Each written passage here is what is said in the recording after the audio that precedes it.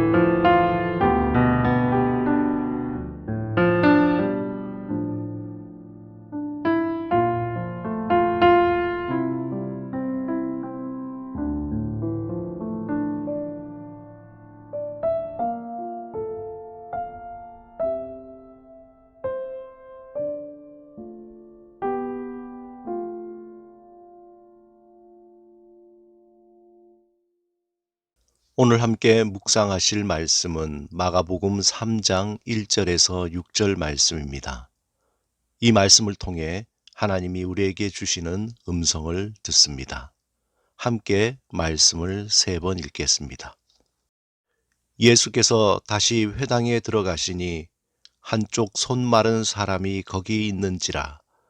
사람들이 예수를 고발하려 하여 안식일에 그 사람을 고치시는가 주시하고 있거늘 예수께서 손 마른 사람에게 이르시되 한가운데 일어서라 하시고 그들에게 이르시되 안식일에 선을 행하는 것과 악을 행하는 것, 생명을 구하는 것과 죽이는 것 어느 것이 옳으냐 하시니 그들이 잠잠하거늘 그들의 마음이 완악함을 탄식하사 노하심으로 그들을 둘러보시고 그 사람에게 이르시되 내 손을 내밀라 하시니 내밀매 그 손이 회복되었더라. 바리새인들이 나가서 곧 헤롯 당과 함께 어떻게 하여 예수를 죽일까 의논하니라. 예수께서 다시 회당에 들어가시니 한쪽 손 마른 사람이 거기 있는지라. 사람들이 예수를 고발하려 하여 안식일에 그 사람을 고치시는가 주시하고 있거늘 예수께서 손 마른 사람에게 이르시되 한가운데 일어서라 하시고 그들에게 이르시되 안식일에 선을 행하는 것과 악을 행하는 것, 생명을 구하는 것과 죽이는 것 어느 것이 옳으냐 하시니 그들이 잠잠하거늘 그들의 마음이 완악함을 탄식하사 노하심으로 그들을 둘러보시고 그 사람에게 이르시되 내 손을 내밀라 하시니 내밀매 그 손이 회복되었더라. 바리새인들이 나가서 곧 헤롯 당과 함께 어떻게 하여 예수를 죽일까 의논하니라. 예수께서 다시 회당에 들어가시니 한쪽 손 마른 사람이 거기 있는지라. 사람들이 예수를 고발하려 하여 안식일에 그 사람을 고치시는가 주시하고 있거늘 예수께서 손 마른 사람에게 이르시되 한가운데 일어서라 하시고 그들에게 이르시되 안식일에 선을 행하는 것과 악을 행하는 것, 생명을 구하는 것과 죽이는 것 어느 것이 옳으냐 하시니 그들이 잠잠하거늘 그들의 마음이 완악함을 탄식하사 노하심으로 그들을 둘러보시고 그 사람에게 이르시되 내 손을 내밀라 하시니 내밀매 그 손이 회복되었더라. 바리새인들이 나가서 곧 헤롯 땅과 함께 어떻게 하여 예수를 죽일까 의논하니라.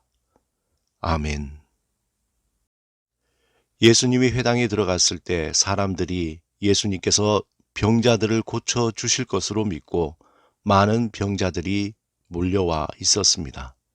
그 중에 마침 한 손이 마른 사람이 있었습니다. 이때에 이러한 일을 이미 예상한 바리새인들은 그것으로 예수님에게 빌미를 잡고자 했습니다. 안식일에 이 사람을 고쳐야 할 것인가? 아니면 안식일을 피하여 내일 고쳐주실 것인가? 선택의 순간에 예수님이 직면하신 것입니다. 그리고 이 환자를 만약 고쳐주신다면 분명히 바리새인들의 덫에 걸릴 것이라는 것도 예수님은 알고 있었습니다. 하지만 예수님은 이 선택의 순간에 주저하지 않으셨습니다. 왜냐하면 예수님은 분명한 기준과 삶의 목적이 있었기 때문입니다. 예수님은 자신의 선택을 예의주시하는 바리새인들이 있음을 알고 있었습니다. 또한 예수님은 이 사람을 고칠 것인가 그렇지 않은가를 보고 고발하려고 눈에 불을 켜고 지켜보는 바리새인들을 의식하고 있었습니다. 만약 이 환자를 고쳐주지 않는다면 그들은 예수님이 능력이 없거나 차별을 한다고 비난할 것입니다. 하지만 만약 고쳐주신다면 안식일을 범하였다고 고발할 것입니다. 이러한 선택의 기로에서 예수님은 한 가지를 선택하셨습니다. 예수님은 손 마른 사람을 치유하실 것을 선택하신 것입니다. 예수님은 그 손 마른 사람을 치유하시기 전에 한가운데 세우고 기가 막힌 질문을 하십니다. 안식일에 선을 행하는 것과 악을 행하는 것, 생명을 구하는 것과 죽이는 것 중에 어느 것이 옳으냐? 그리고 예수님은 그 손 마른 사람을 치유하셨습니다.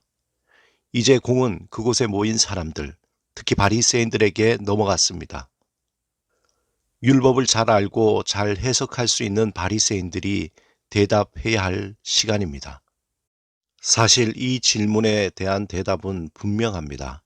안식일에 선을 행하며 생명을 구하는 것이 옳은 것이지 악을 행하고 죽이는 것은 당연히 잘못된 것입니다. 이제 예수님이 바리새인들에게 덫을 놓은 것입니다. 여기에 바리새인들은 한마디도 대답하지 못했습니다. 왜냐하면 옳은 일과 생명을 살리는 일을 해야 한다고 하면 예수님이 환자를 고치는 것이 정당하게 되기 때문입니다. 이것이 율법을 따르는 바리새인들의 오점이었습니다. 바리새인들은 율법을 지킨다고 하면서 율법을 쪼개고 또 쪼개서 그 율법을 만드신 하나님의 진정한 뜻과 마음이 무엇인지를 다 잃어버렸습니다. 그것에 대해선 전혀 그들은 관심이 없었습니다. 단지 율법을 지킨다는 것으로 자신들의 이름을 높이고 사람들을 얽매이게 만들었던 것입니다. 그 율법이 너무나 복잡해서 자신들조차 빠져나올 수 없게 된 것입니다.